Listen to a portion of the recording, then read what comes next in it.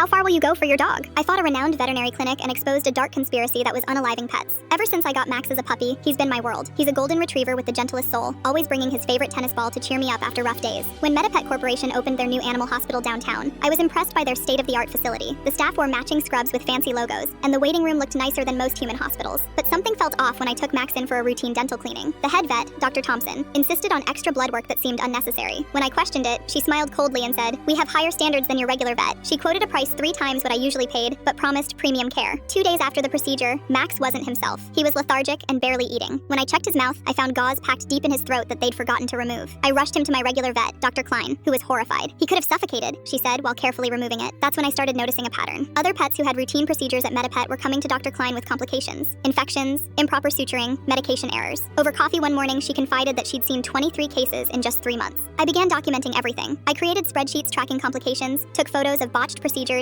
and recorded dates. One night, I was walking Max when I met Rita, whose retriever had dental work at MetaPet the same day as Max. Her dog didn't make it. They claimed he had an unexpected reaction to anesthesia. I reported my findings to the state veterinary board with all my documentation. 2 weeks later, MetaPet's regional director showed up at my clinic in an expensive suit. "We understand you've been making concerning allegations," he said smoothly, sliding a folder across my desk. Inside was a buyout offer for $50,000 to cease and desist. When I declined, his demeanor changed instantly. "Our parent company has 9 attorneys who specialize in defamation. Take the money." I stood my ground. The next day, bizarre things started happening. My veterinary license renewal was suddenly under review. My clinic's water was mysteriously shut off for 3 days due to a clerical error. Then I discovered something disturbing. MetaPet's parent corporation had donated a new wing to the hospital where the head of the veterinary board worked. My complaint was quickly dismissed for insufficient evidence. The final straw came when the Millers brought in their daughter's therapy cat. The 7-year-old had selective mutism and had only spoken to that cat for 3 years. The cat was seizing violently. MetaPet had given it medication dosed for a dog 10 times its size. I worked through the night but couldn't save it. I was done playing nice. I contacted every local news station with my evidence. MetaPet tried to spin it, claiming I was a disgruntled competitor spreading lies. They had 3 of their vets testify that I was incompetent. But then, former employees started coming forward. A whistleblower revealed internal emails showing MetaPet deliberately used cheaper medications and rushed procedures to maximize profit. They even had a quota system. The more pets they could push through surgeries, the bigger the staff bonuses. The story exploded. State investigators raided their facilities and found falsified records, expired medications, and unqualified staff performing procedures. Dozens of families came forward with similar stories. The regional director tried to delete evidence but forgot about cloud backups. They lost their license and faced multiple lawsuits. The veterinary board members who ignored complaints were forced to resign. My documentation helped win a class action lawsuit for affected families. Last week, I saw Rita at the dog park. Her new puppy was playing with Max, both of them healthy and happy. She hugged me and said, "Thank you for not giving up." I watched Max fetch his tennis ball, thinking how close I came to losing him.